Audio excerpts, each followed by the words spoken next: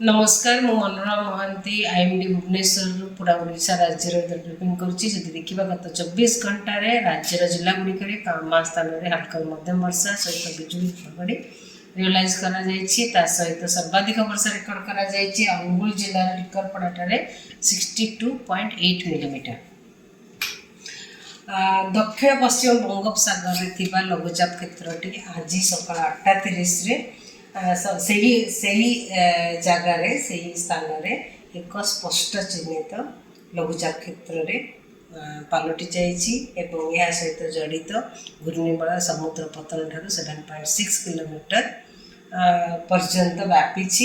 यह पश्चिम उत्तर पश्चिम दिग को गति करी आसंता काली 22 तारीख अक्टोबर अपराह्न सुधा उत्तर तमिलनाडु एवं दक्षिण आंध्र प्रदेश उपकूल दक्षिण पश्चिम और संलग्न पश्चिम केंद्रीय बंगोपसागर उपर एक अवपात परिणत होबार संभावना रही।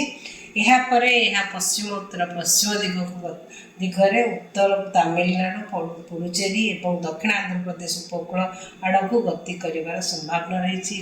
परवर्ती 24 घंटा मध्य यह आहरी घनीभूत होबार संभावना रही। जदि देखा राज्य कामा स्थान किंबा गोटे किंबा दुटा स्थान हल्का मध्यम वर्षा हमार संभावना रही। मोस्टली आम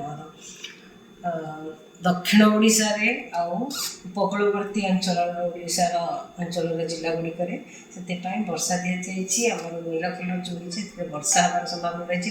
सहित वर्षा सहित गोटे किंबा दुईटा स्थान में बिजुली घड़घड़ी और झटका पवन 30 ରୁ 40 किलोमीटर पर आवर रही संभावना रही। जमीक केन्द्रापड़ा जगतसिंहपुर कटक खोर्धा पुरी नयागढ़ बौद्ध कंधमाल रायगड़ा गंजाम गजपति मालकानगिरी और कोरापुट जिले में वर्षा सहित बिजुली घड़घड़ी भी रही संभावना रही। से कृषक भाई मानक आमर साधारण लोक मान विशेष सूचना कि से बिजुली घड़घड़ी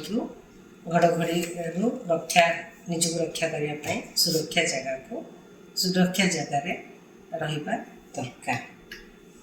काली उपकूलवर्ती अंचल जिला गुड़िक दक्षिण ओडिशार किसी जिला जमीक मालकानगिरी कोरापुट नवरंगपुर कलाहांडी रायगड़ा ये सब जिला गुड़िक हल्का मध्यम वर्षा रहा सहित वर्षा सहित बिजुली घड़घड़ी और झटका पवन 30 ରୁ 40 किलोमीटर पर आवर रही संभावना रही। से येलो कलर वार्निंग दि जाइए।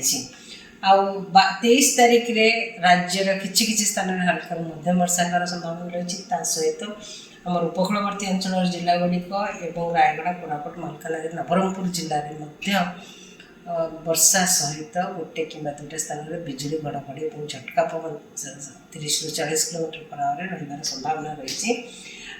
24 तारीख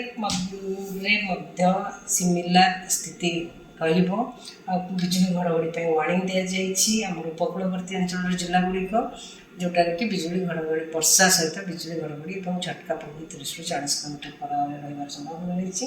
25 तारीख उत्तर ओडिशार पाखापाखि अंचल आम उपकूलवर्ती अंचल जिला गुड़िक बिजुली घड़घड़ी सहित वर्षा होगार संभावना रही। झटका पवन 30 ରୁ 40 किलोमीटर पर आवर रही संभावना रही। किंतु पूरा राज्य में किसी स्थान में हल्का मध्यम वर्षा भी रही संभावना रही। 26 तारीख और 27 तारीख राज्य में अनेक स्थान में हल्का मध्यम वर्षा होगार संभावना रही। सहित बर्तमान एवं पर्यंत किसी पानी ना। धन्यवाद।